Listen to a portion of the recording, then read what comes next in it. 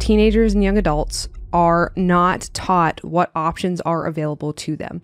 Over and over, what comes up is that, oh, you're not going to buy a college degree, go into the trades or go into the military. That's it. That's all they're given. They don't know that they can get into tech. They don't know that they can get into HR. They don't know that they can get into sales. They don't know that they can get into craft work, which is different from trade work. There's just so much that they don't know is open to them.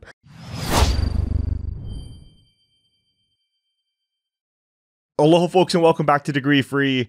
We have a bunch of surprises for you this week. I have a surprise guest in the studio this week, and the surprise guest is the co-host of this show. Ta-da! So we have a bunch of stuff to get into. We are going to be talking about where Hannah has been lately and why she hasn't been on the podcast. We're going to be talking about a bunch of other things. But before I get into that, I did want to say, if you have any questions, we are going to be doing a Q&A question sometime soon. So if you go to ask.degreefree.co/question, and that's question, singular, not questions, plural. If you go to ask.degreefree.co/question, you can go there and you can ask us your question and we will answer it live on the show for you. And make sure to go there. Make sure to ask your question. I want to start with something. We literally got into a fight, or as close to a fight as you and I get, about the episode that we were supposed to do a few weeks ago. And I've alluded to it already, and I told people to subscribe and make sure that they have notifications on and all those good things, so that when that episode comes out in a year, they are notified. I just thought it was hilarious, and I've mentioned it already, but I wanted to talk about it with you because it's just a testament to how dumb the idea was and how dumb we were as people. Not to say that I've improved that much as the years have gone by, but I'm not as dumb as I was back then. And to clarify what he means by the idea, it was not the idea to do the podcast, but the fact that it was a seasonal thing that only comes once a year. Exactly. Once again, we will have that episode out for you, and I will tell you right now the week that it's going to come out. It is going to come out from March 9th to March 15th, and I believe 2025. Mark your calendars, everybody. I believe that is Sunday to Saturday, sometime in that time frame. And I promise you that even if we're not doing the podcast anymore, we will still do this episode. We will still do this episode, and it will only be released during that limited edition during that 1 week. So even if we decide to stop this podcast for whatever reason, which I don't think we're going to do, but we will return. We will return to this feed March 9th to March 15th. So make sure to be subscribed and make sure to mark your calendars for that. Oh man, sorry folks, it was my fault. I was too tired to do it, and it needs some energy. It's a good episode, so like I said, not to drive hype, but next year, mark your calendars. It wasn't just that. After the trip that I got back from, the death trip, I'll call it, that I got back from, I got really sick. It's kind of my fault too. If I hadn't got sick, we would have done it. But anyway, I have a lot of stuff that I want to get into. I actually have like a lot of stuff that I've gotten into. I just got back from another trip. You and I did a couple of death trips, unfortunately. We're calling them that. They're the trips that you take before someone passes away in your family or right after they do. We've had a few of those. That was crappy. Then after that, the only trip that I actually had planned was another one that I just came back from. I went on a little bit of a snowboarding trip with my family, and that was fun. And then I was able to go to San Francisco, and I was able to see a bunch of friends, and I have a lot to talk about from that trip. I was able to meet Drake Porter live and in the flesh, so that was really fun.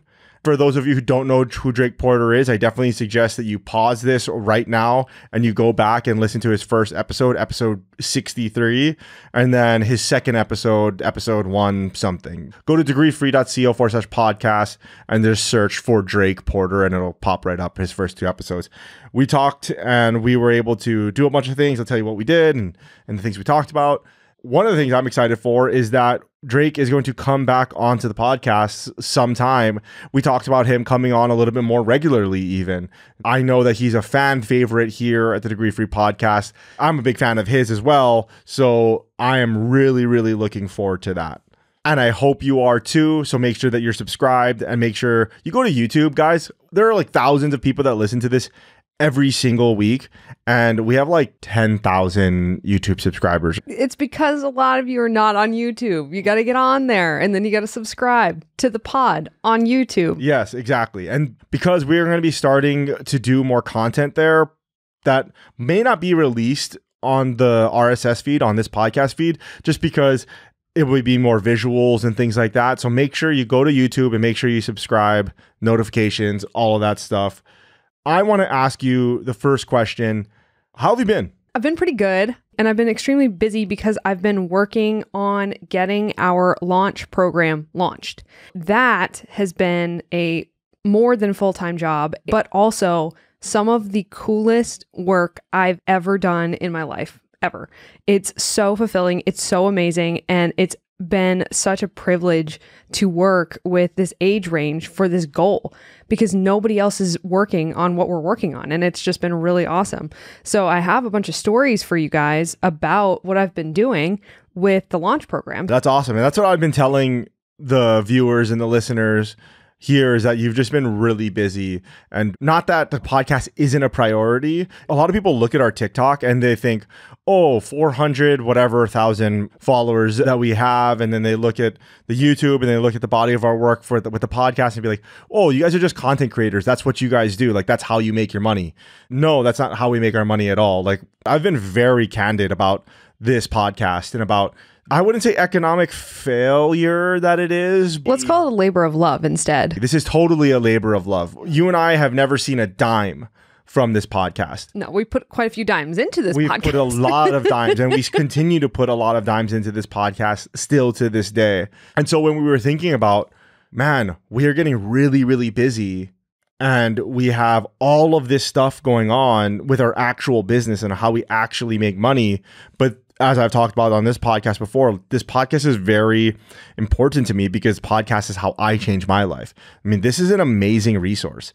The fact that you can boot this up on YouTube, on Spotify, anywhere that you get your podcast, and you can listen to this for free, and you can be a person in this room for free. It is amazing because I've gotten so much value from other people's podcasts, from all of their free resources, because at the time I couldn't pay for it. There's just no way.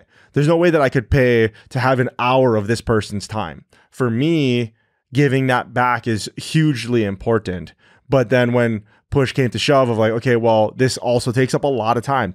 It doesn't seem like it sometimes. I know that a lot of people don't think so, but it takes a lot of prep work to do this podcast. Not only does it take a lot of prep work to do this podcast, but then you and I have to sit down and we have to schedule an hour and a half out of our day. And so that's 2 hours of man hours, 3 hours of man hours if you and I are both in this room, that we have to sit down and do this and take away from actually making money and from actually doing our jobs. That is the context behind why you disappeared for a little bit. You had to disappear because we had to make tough business decisions. We had to divide and conquer. Right, exactly. But like, okay, so what are we doing here and what are our goals? And now that we've gotten a little bit more of a system down, even though we're busier than ever. Yeah, that's true. We got a little bit better of a system down. I basically told you that I think that this is a priority for people. I think that this is a priority for us, even though we don't make any money off of this. And so anyway, that was a long-winded story. I'm glad to have you back. It is much, much easier to have somebody sit across from me and somebody to bounce words off of rather than just giving all of my energy to a camera. So I am very, very excited to have you back. And I think that everybody listening to this and watching this right now is also excited. So thank you for making the time. Thanks for having me back on and allowing me to just pop back in. So you started talking about why you left the Degree Free Launch Program. You wanted to launch it. What is the Degree Free Launch Program? So the Degree Free Launch Program is a program where I'm working one-on-one with 16 to 20-year-old teenagers and young adults to help them figure out what jobs make sense for them, what they want to do, and then also figuring out what potential options they have for work. So work and jobs and careers that they didn't even know existed, helping them figure out what current skills they have or talents that they have that translate into the jobs that they want to have that serve their goals, and then figuring out what they're missing and what skills they need to learn, and then giving them specific options to learn the skills they need in order to start applying for those jobs. It's a very complex, it's very labor intensive, it takes a lot of hours. Right now, I'm spending between 35 and 40 hours per client that I'm working with, doing research, compiling reports, making sure I'm finding local resources, making sure that nothing is missed. Anything under the sun that fits their goals.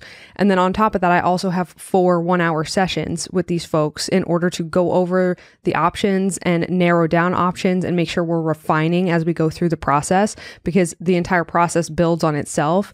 Basically, what we've designed is something that is very much unique, because I'm working with the teenagers and young adults, and their parents are very involved in the process. Number one thing I'm hearing from the parents is that there is nothing like what you and I have created and this system and this process. And I've just been running it and working one-on-one and getting feedback and improving the process.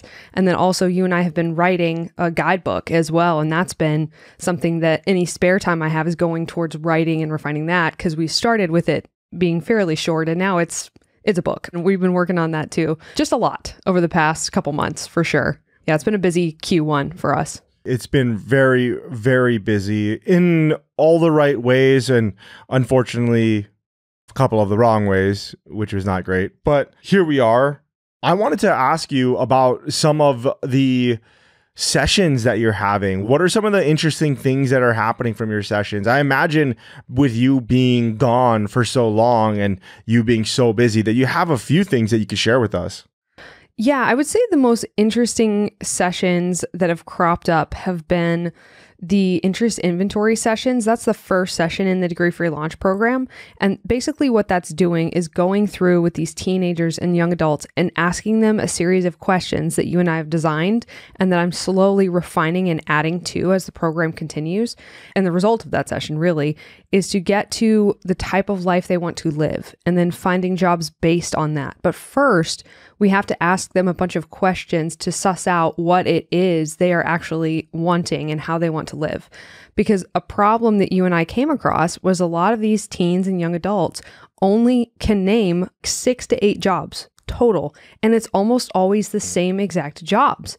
Because of that, the options they know of are very limited. And something you and I talk about a lot is the fact that they can't walk through a door if they don't know that door exists. And so the fundamental problem we've recognized is that teenagers and young adults are not taught what options are available to them.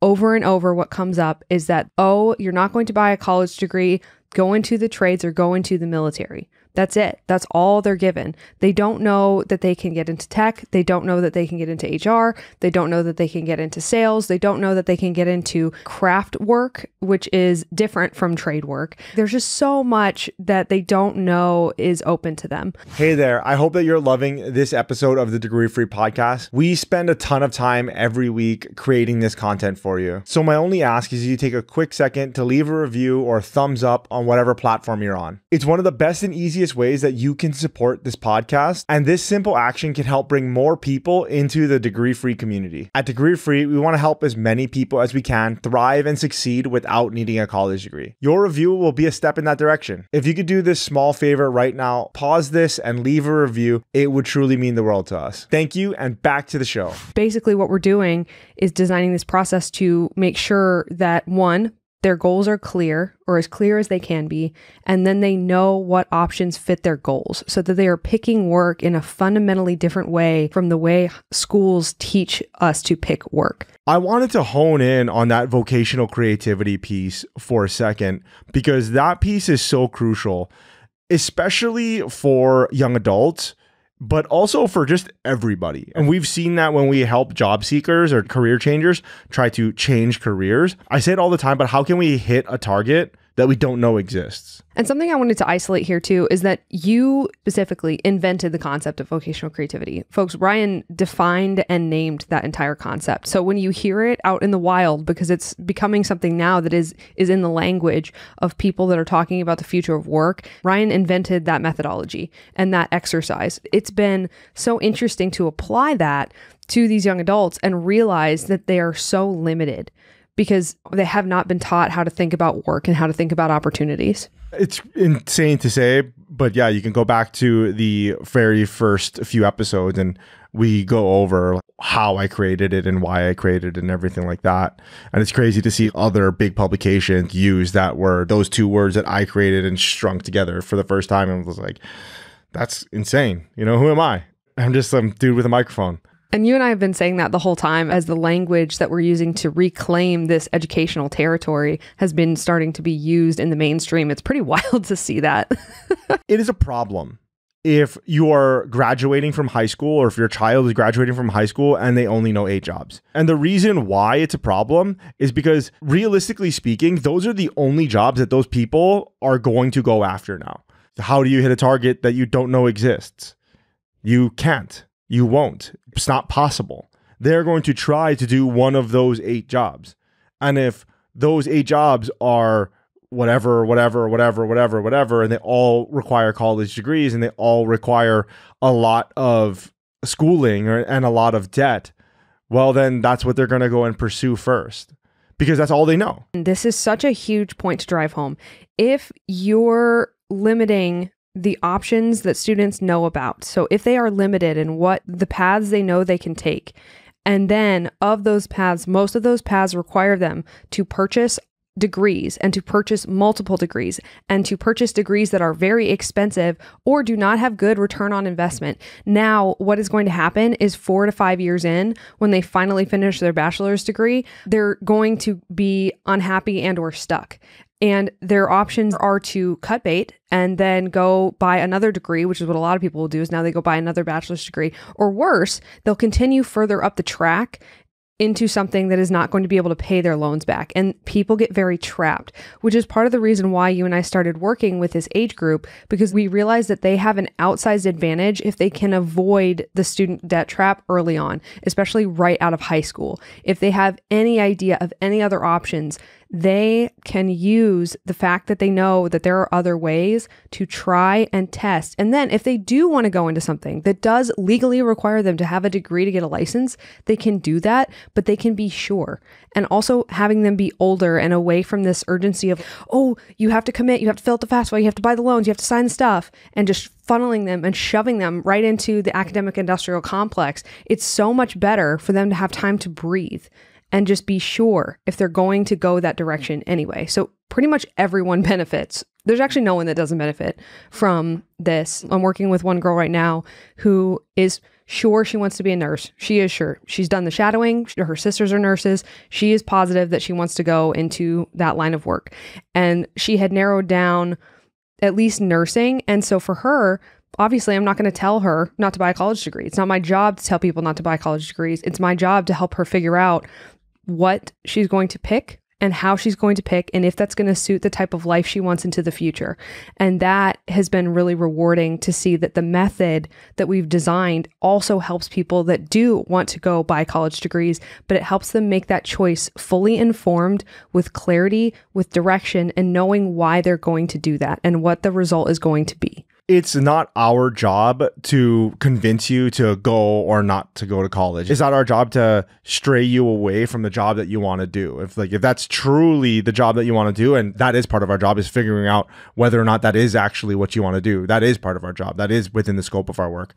But then if that is the case, then you and I are going to help them figure out how to get there the most efficient way possible, the one that requires hopefully the least amount of time and the least amount of debt and the least expensive Correct. way to get there. One of the things I did want to say, and I just wanted to tie a bow on the whole vocational creativity thing, was just from my own life. And for those of you that haven't listened, I think it was episode 135. You can go back and listen to that. It's something like why hard work doesn't matter. And I basically talk about making sure that you are in the right vehicle, making sure that your hard work in the right vehicle is what matters, right? That's really what matters. But if you're working hard and you're working on the wrong things, it just doesn't matter. Thinking back to my own life and thinking about how the lack of vocational creativity has really hurt and stifled my own career. If you look, my goal was always to be successful. My goal was always to retire by 40. In order to retire by 40, you need to make a lot of money. It was always to make a lot of money. I didn't care what I did. Right? If you look at my goal, become a firefighter and retire by 40 was never in the mix at all. It was always just retire by 40. So I needed to make a lot of money. And because I didn't know a bunch of jobs out there, I did the job that was right in front of my face. I was a dishwasher at a local restaurant. And then I moved up the chain there to where I became a server at 18. And I was making the most money in the restaurant. That's because I lacked vocational creativity. Now, if you look at somebody else's story, somebody that I just met and somebody that we've had on this podcast before, so you should be familiar with it. And I mentioned him earlier in the podcast. If you look at the trajectory of Drake Porter's career, Drake Porter is, I think he's 8 years younger than me, maybe. And the trajectory of his career was completely different. Big portion of the reason why is because he was vocationally creative. He understood the different types of jobs that were out there at a young age. How he knew and how he was exposed to those types of things, we've talked a little bit about when I met him in person. I'll ask him when we have him back on the podcast. For context, for those that don't listen to the episode, which is a mistake, you got to go back and listen to the episode 135. That was with me, myself, and episode 63 with Drake Porter, and the second one with Drake Porter as well. He brought the heat on that one too.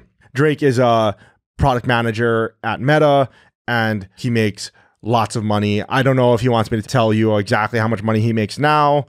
We got into it. I think that's personal, but I think on the episode, on the first one, he did tell us, and I think it was like $285,000 or something like that, or $300 something thousand. And that was a couple of years ago. You can use your imagination to figure out which way his compensation has gone since then. But like I said, I don't want to give it away. Yeah. Because I don't know if I'm able to. But yeah, everybody should go back and listen to that episode because it will make you feel like you can run through a wall after you listen to it. It's just very emboldening. It's very empowering. The mentality that he has is extremely useful for everybody that is trying to find a job. And it doesn't matter how old you are. It doesn't matter if you're 16. It doesn't matter if you're 46. Go listen to that episode. It's super useful, super actionable, and goes into specifics about how to do it. Now, just talking about your sessions and talking about the actual work that you're doing, what are some of the coolest jobs or coolest educational opportunities that you've been finding for people? Oh my gosh. This is such a good lesson too for vocational creativity. I've had people write in and ask me how I got the job that I have,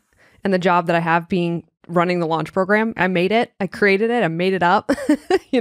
There's no official job that you can apply for. It's just creation.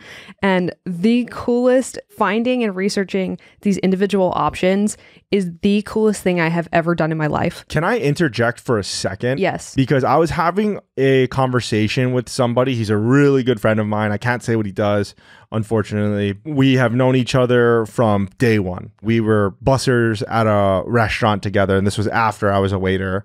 I went back down to being a busser at another restaurant, and him and I were bussers together, and we worked there for years together. And now I just saw him on this most recent trip, and I explained to him what we're doing. We've been in contact for years, so he already knew, but we were talking about it. And then he asked the question, and this was a good question: why you? Why us to do this program and to help people the way that we're doing it? And it's a fantastic question. It's a question that I have asked myself a lot. What is it that differentiates ourselves from everybody else out there? The truth of the answer, I mean, obviously I can give you the political marketing answer right now. I can say, oh, well, because we've done this are the results, this. Okay, sure. Let's put the marketing away for a second. Let's not try to BS anybody. Why us? Do you want me to answer? I want to Sure. guess. Yeah, guess. Because we're doing it. Because we're doing it. Yeah. Why us? Because we're doing it. That's it. And this is such a good lesson, people. You don't need permission to do things. You just need to do them. And you need to do them well. And you need to do things that people need done. And that is how you develop and make change. That's how people develop new technology. That's how they develop new methodologies. That's how people write books. It's how they create anything. You just have to do it. What's hilarious about the whole thing for me personally, I can't talk about what he does because they're still in stealth, his company, but it's a big company. It's already massive. They're funded by billionaires. He showed me the photo of the people in it in a company meeting, and there's a lot of people there that you might recognize, hitters in this company already. Whether or not I believe that it's funded by billionaires or not, I think I do, because the salary requirements is absolutely enormous. I would ask the same thing of why the owners of this company to do this thing. Well, because they're rich. They don't have the expertise in the field that they're in. They don't have the hardware or software or whatever. They don't have the tools to do it. They're buying all those things. Why these billionaires? This is a completely different thing than how they became billionaires. Well, you can have capital or you can have skill. But well, that's what I'm saying. Is it why them? Well, because they're doing it. Yeah. And you can hire people that can do it, or you can train yourself to do it. You don't have to ask permission. Exactly. And I get that question on TikTok all the time. You see it, but people say, how are you qualified to do this? And I'm like, because I'm doing it and I'm good at it. That's why. That's how I'm qualified to do it. And when you and I talk about papered mindset, it's that. How are you qualified to do this? Because I'm doing something that no one else is doing. It's useful to people and it helps them accomplish their goals. Yeah. That's why me. I'm not saying any of that to try to sell anybody listening to this. What I want from all that statement, in actuality, I actually think we're going to lose sales by saying this. We're going to be like, these guys don't know what they're doing. They're so completely unqualified. Yeah. Who accredited you? Oh, Yeah. wait, it's myself. Yeah, exactly. The reason why I'm bringing this up to you listening is because I want you to have the permission to do whatever it is that you want to do. Yeah, if you're waiting on it, there it is. Exactly. You don't need permission from anybody to just go and do whatever it is. If everybody had that mindset of why me, of what makes me uniquely qualified to do that, then nothing would get done. Yeah, if you self-eliminate based on, well, I don't have the qualifications. If you don't do things because you don't have the qualifications, you will never have the qualifications. And this applies to people even that buy multiple degrees and have to get licenses. This applies to surgeons too. If you never cut somebody open because it's the first time you've done it, you will never get to the point where you are a proficient surgeon. That's just how the world works. That's just how life works. And so for those of us that are not trying to do things that require expensive degrees and legal licenses to do them, the reason that we're highlighting this is because if you are waiting for permission to do the thing that you think you'd be good at or think you could build or think people need, stop waiting. This is it right here. Go do whatever that is and be really good at it. I didn't want to take all of your time and to take that tangent out. It was just really important. And I felt like it was really important because when he said that to me, I went immediately into the marketing answer. Like I went immediately into, well, look at the results that we've had and look at all of the content that we've made and look at all of the people that we have access to and look at all of the other things, whatever. 3 sentences in, this doesn't make any sense. There's no reason why us, other than the fact that we are doing it. That's it. And I think it's important that other people know that. Yeah. I think it's important for whoever is listening to this, who's thinking about doing whatever it is in their life. Okay, look, it's time. You can do it. Getting back to what we were talking about, like what are some of the coolest vocational or educational options that you found for people that you're helping? Coolest ones, most unique ones I found was someone who generally knew about cybersecurity as an option, but thought they had to go to school for it and ended up with Internet of Things automation specialist instead. That one is super niche and also allows them the opportunity to build their own business, which was very cool because this kid that I'm working with is a self-starter, hard worker, has sales experience, is going to be successful at whatever he does. And that's something I've actually been talking to some of the parents about as well, is telling them, hey, when you bring me a kid that you've raised in this way, and this is why I have such a problem with colleges white label kids that are likely to be successful. And this is the thing, this kid is going to be successful because of who his mother raised him to be. That's why he's going to be successful. It is the way that she raised him and the work that he's put in himself. And if he went to a college, the college would say, oh, it was the purchase of our 4-year degree that did that. But no, it's his work ethic and the way he was raised. For him, just having the direction and having the title that he's going after is helping him immensely. He's still going through the program. So I'm about to create his career curriculum, which is the last step of the program, and give him where he's going to learn the actual hard skills he needs. But he's now got his plan narrowed down and he knows where his other skills translate into this field. So for those people listening, what is an Internet of Things automation specialist? That's a really good question. The Internet of Things is how all of the devices that are hooked up to Wi-Fi talk to each other. So home automation is becoming something that's really common. It's like your thermostat, your robot vacuum, your fridge, all of these things that talk to each other via your Wi-Fi network. And then you can program and automate them to do things. Very cool. And so for an example, I'm guessing it would be like when you come home and you press the garage door opener, that's connected to Wi-Fi. It can then turn on your garage light. It can then turn on your living room light. It can turn on your TV and put it to whatever station, whatever Spotify channel that you want.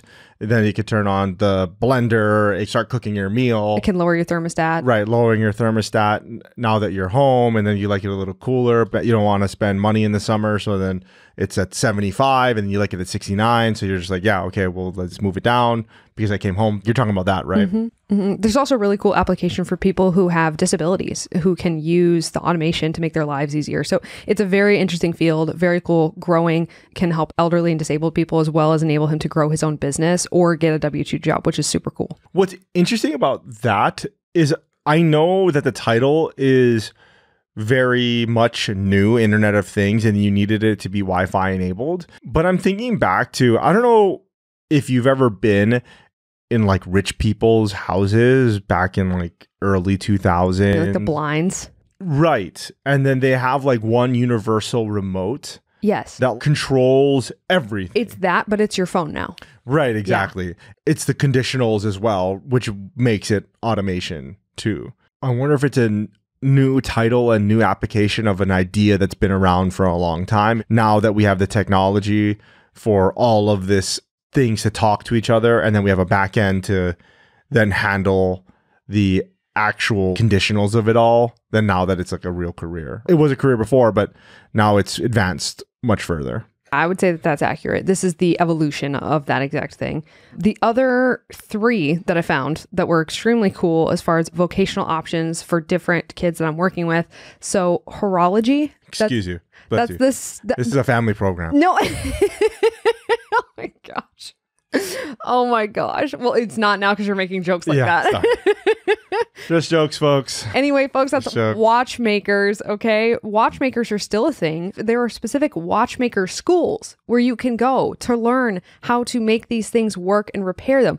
So freaking cool. And the individual I found this for is really into Legos.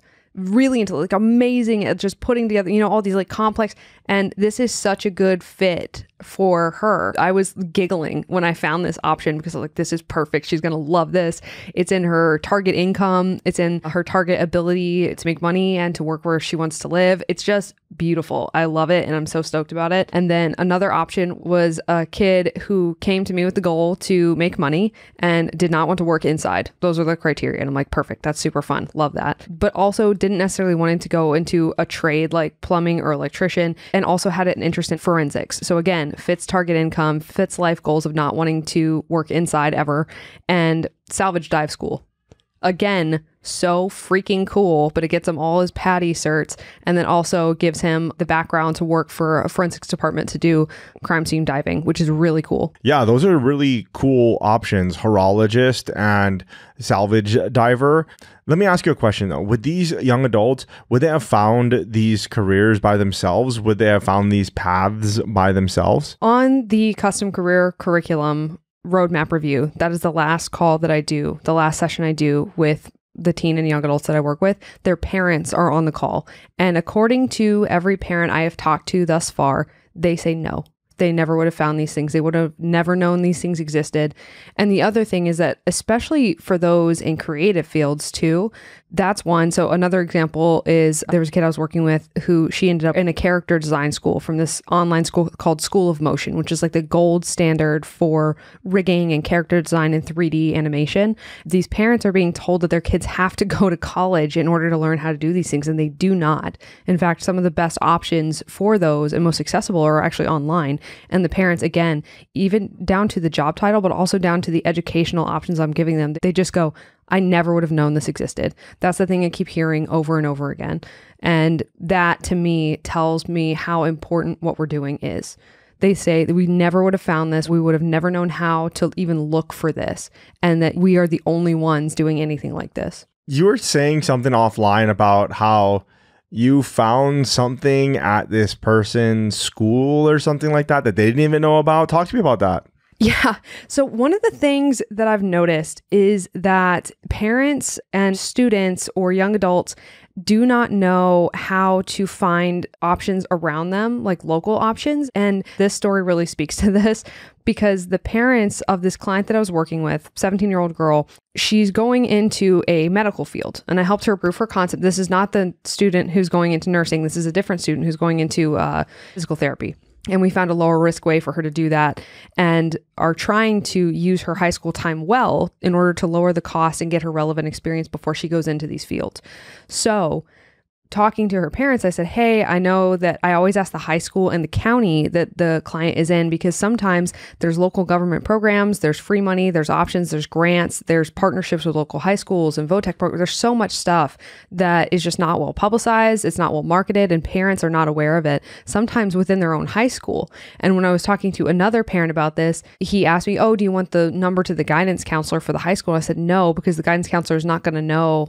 I have to look from the outside in. I can't look from the inside out, because they have a limited ability and just knowledge to look for these things. But this is a good example. 17-year-old girl, I got her the name of her high school, and when we were going through career curriculum, I said, hey, did you guys know that her high school, which actually has one of the best built out dual enrollment vocational training programs I've seen thus far with these high schools, but I said, hey, they have a nurse aid program that's covered through her high school. Like, she'll graduate with the experience she needs to get an entry-level job to start on the career roadmap that I designed for her. And the dad just looked at me and said, I had no idea that that existed. And I was like, wow, that alone was so valuable to us. That's a good example of why this is such an individual process for these kids. It's so important to go through individual by individual, and it is worth spending the time. And that's something I've questioned, is like, oh man, is there a way that we could expand this and make this more accessible? But it really does take the individual time to go through and do this stuff and shoot emails to companies and ask if they can shadow and see what opportunities are there in their local area, because it's very much something that parents don't have a good resource for, that even people in schools who are supposed to be doing that don't have good resources for either. Sometimes within the school, the programs that they have aren't even well known among the parents. It's wild. Even parents that are looking for them, which I feel like is just maybe more of a commentary on school marketing than anything else. That's amazing that you were able to find a resource that was at this person's high school that they didn't find themselves, which is also a testament, like, hey, you need to look at the resources that are available to you. I'm not even just talking about schools. I'm talking about whatever programs or whatever community things that you're involved with. Yeah, any programs or government grant money or government funded programs are just terrible at letting people know that they exist. They're just really, really bad at it. There can be stuff that's regional, and that's why it's so hard to teach people to look for it, because it can be dependent on your region or your city, or if there was a crisis in your area recently, sometimes there's other grant money lying around. You just never know where to look for it, which is why everyone has to look individually. I wasn't even talking about government things. I was just talking about more locally, outside of the scope of our own work. We wouldn't do this for you because we don't know where you go. And I'm not going to ask you where do you go grocery shopping or anything like that. But for you at church, or if you know people in your community that does X, Y, and Z, and your child wants to get into Y, you could ask them, does your company have any resources for people my age that are thinking about getting into the industry? A conversation that I was just recently having with a recruiter, it was in the automotive industry, and what they were saying is that they're having trouble recruiting talent, especially for mechanics. That type of work is very specialized and whatever. What they said is that they have a college intern program, and the college intern program, what they're finding is that the results are poor. So the people that come in, like whether or not they stay, whether or not they're good, whatever metrics they gauge off of poor, they're not good. What they've doubled down on and what they're doing more of is they're reaching out more to high schools to create high school internship programs to get the direct pipeline of, hey, we can teach you a skill immediately after high school, during high school. And that is the pipeline that they're trying to get to, because they have a fully built out college pipeline, and vocational schools, community college as well. That's also included. It's a big pipeline they have, but the results are subpar. And they're just like, wait a minute, we did a test in a high school market and we found the results are way better. And so we're going to double down on that. That reminds me of something I just saw. Tesla gave $500,000, I think, to DeVale High School, which is up near Austin. And they did that. It's a direct training program to funnel to the Gigafactory that's over there. And it's a high school that they went to because of the exact same thing. The automotive industry you're talking about is a totally different company, totally different market than Tesla and than Texas. I just saw that in the news and I noticed that they were doing that. And that I believe is why. And it's so funny because you and I said that. We said and we predicted college graduates, they're going to go around you. And it's literally happening in front of our eyes where the apprenticeship and the on-the-job training is just going directly around the graduating class. They're like, nah, we'll just go to the 17-year-olds. Yeah, and I think, well, a lot of it has to do as well with people that go to college. They don't see themselves doing that type of work. What's interesting is even though they did that type of work to get the grade or to get the credit for the internship class of which they've taken that class for, if that makes sense. You know what I'm saying? Yeah, I do. It was good enough for them to get college credit for, but it wasn't good enough for them to like do a career for. A lot of it, I'm assuming, has to do with selection bias and then sunk cost. I mean, I'm going to college. I'm not going to be a mechanic or I'm not going to be a X whatever with my hands. I'm going to college. I'm smart. And then if you look, well, I'm going to college. Why would I then go and do that? Because I'm smart. It's sunk cost. It's also the debt burden they carry. And maybe it won't pay them enough. But the irony being that many of them, as we just saw with that study, that 1 in 4 college graduates is making less than $32,000 a year, 10 years out of school. So the reality is most of them, 1 in 4 of them, 25% at least of them are going to be making less than they would otherwise if they just went through one of those training programs, which is wild. And again, this is where we get people that just write off and say, oh, it's just the trades. It's not just trades, folks, that they're pulling people. These on-the-job trainings, not only is there the opportunity once you're in a company to work around in that company and move around and learn different skills, but also they're going to get promoted. They're just starting entry-level work trained where they're making more than 25% at least of college graduates, if not more than many of the college graduates. It's so interesting to watch people behave in that way when it just doesn't really make any sense.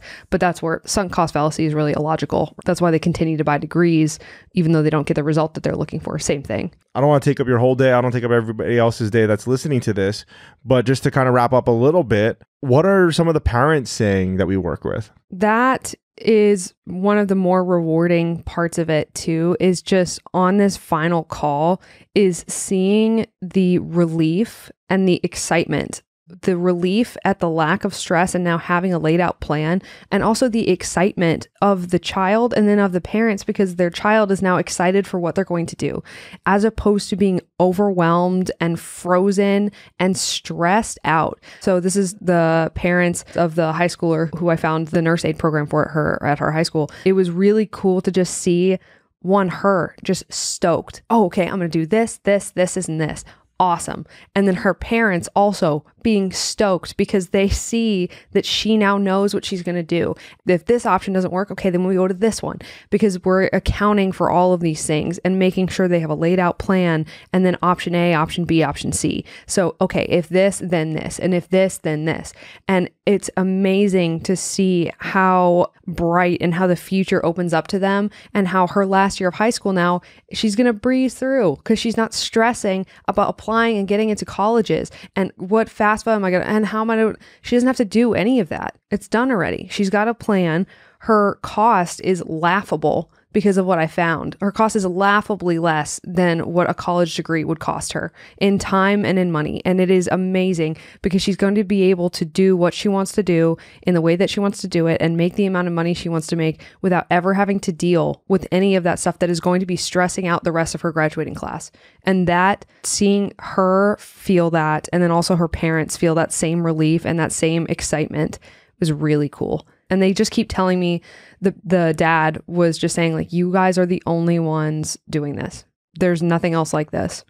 What's crazy is that they weren't the only people to say that. No, every single parent so far that has come to our review sessions has said that to me. And it's pretty crazy to hear the exact same phrase come out of all of their mouths. It just tells me that what we're doing matters a lot because nobody else is doing it. Yeah, absolutely. Which is why we're doing it. Yes. Because we see a massive need in the market and we are filling it. Seeing the amazing result that we're getting from doing that work and creating this process. It's just so freaking cool. Yeah. And from my perspective, and we've talked about this before, I don't know if I've ever said this on air before or not. I think I did in the firefighting episode. I'm pretty sure that I did. But if I haven't, this could be the first time. But for those, I used to be a firefighter. You can go back and listen to the reason why I stopped doing firefighting. I'll put all the links to all the shows that we've mentioned at the show notes to griefree.co/podcast. When I was thinking about quitting being a fireman, the reason why I became a fireman at the beginning was purely monetary. It was completely a calculated decision, and I'm very honest about that. It wasn't because I wanted to save people's lives or I wanted to be the notoriety or anything like that. It was because I could work 10 days a month. Granted, those are 10 days that you're like working. So I'm sleeping at the station and I'm not sleeping. And so you're not sleeping at the station. Right, You're right. woken Exactly. up at the station all being night. woken up at the station. People would be like, "Oh, you sleep at work." You're No, like, no. Well, I didn't. Some people do. But then I also said, we don't get paid to sleep. We get paid to wake up. It's not even just all night. It's but just, if you have to. yeah, we get paid to wake up. We don't get paid to sleep. That's a differentiator there. Anyway, it doesn't matter. What I was saying is that I thought I would retire by 40, and I said, okay, well, firefighting would give me a good job so that I could get paid a good amount of money, and then I would have a lot of time to work on whatever businesses that you and I were going to work on, because by that point we were already entrepreneurs. We had been for like 4 years. We just didn't have the idea yet. We were still trying a bunch of things, and I was like, okay, well, 10 days a month, I have 20 days off, then I could try other things, and it's a union job, and then after 30 years I could retire, and like, if it all doesn't go to plan, I could just retire and I could take the pension. Okay, that was the idea going behind it. But then when I actually got into the role, when I actually got into the job, I realized, like, man, I love helping people. I loved it at my core. I was just talking to one of my friends that I was in San Francisco with. We were hiking and we were talking, and he was just like, "You miss firefighting?" And I was just, every day, man, like every single day. And he's like, "Wow, still?" It's been like 3 years now, every single day of my life. And I wasn't expecting that. Like, I wasn't expecting me to miss it, because it was always my goal to retire by 40. So I knew that if I were to hit that goal, I'd probably stop working. But I fell in love with it. I fell in love with helping people. It's addicting to help people. I'm going on a real big tangent here, so I apologize. But the way that I thought about it, I'll come back to the point in a second, was that when people were calling 911, they weren't calling 911. Like, they had the worst day of their life. Something's happening. Their grandmother's dying. Their house is on fire. They just got into an auto accident. They're stuck in a car, whatever it may be. You're having the worst day of your life, and you're not really calling 911. You're calling me. That's how it ended up becoming. It was my duty to show up and get you out of your situation, to bring order to chaos, whatever chaos is happening in your life at that time.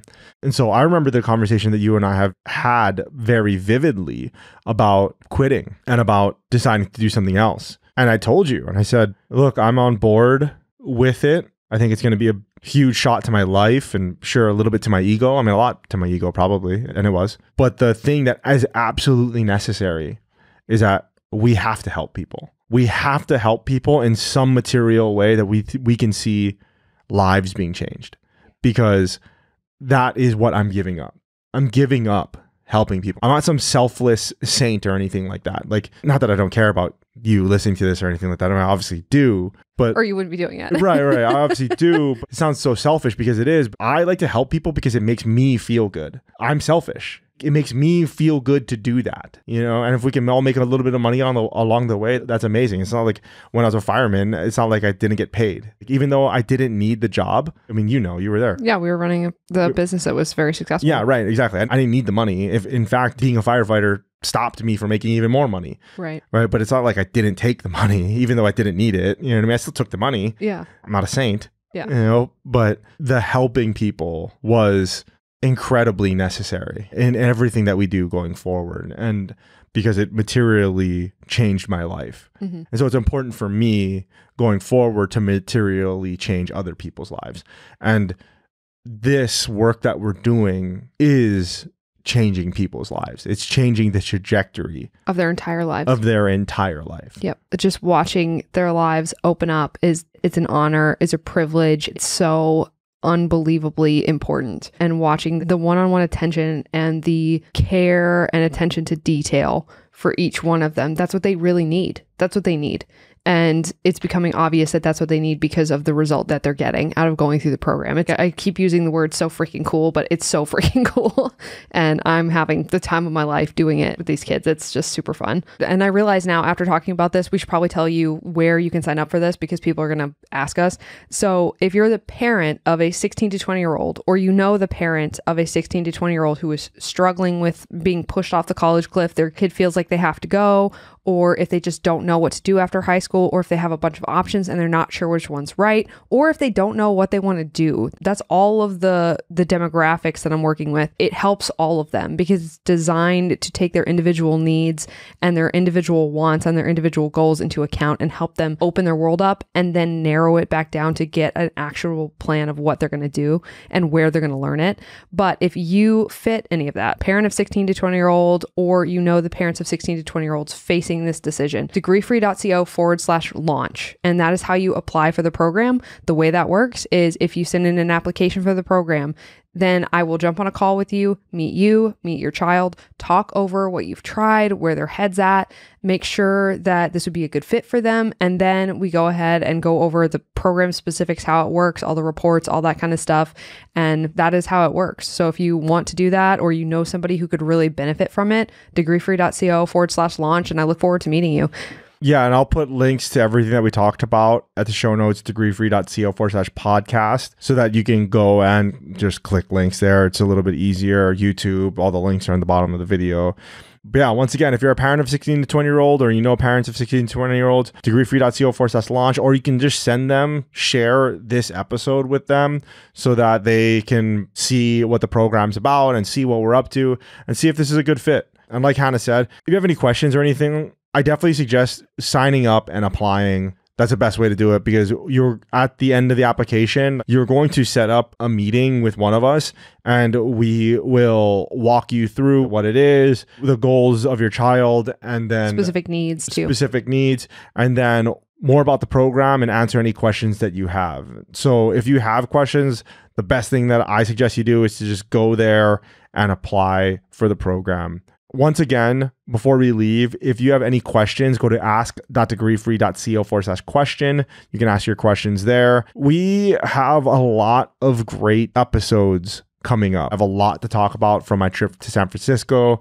I have a lot to talk about with future guests. You and I have a lot to talk about. We have our comp on board for this thing is huge, and we have a lot of things that we wanted to talk about, headlines in the news and other things that we've been up to. Definitely subscribe, everybody. I don't ask for it very often, or maybe in the ad that I do that's like 6 months old that I have to like make a new ad for, but I'm just like lazy, and once again, we don't make any money off of this, so yeah, that was a great ad. Yeah, just truth telling. Just truth telling here. And so subscribe, make sure that you get the notifications every week when these come out. We have an amazing lineup coming for you folks. And I think that's it for this week. And you got anything else? That's all for me. Awesome. Until next week, guys. Aloha.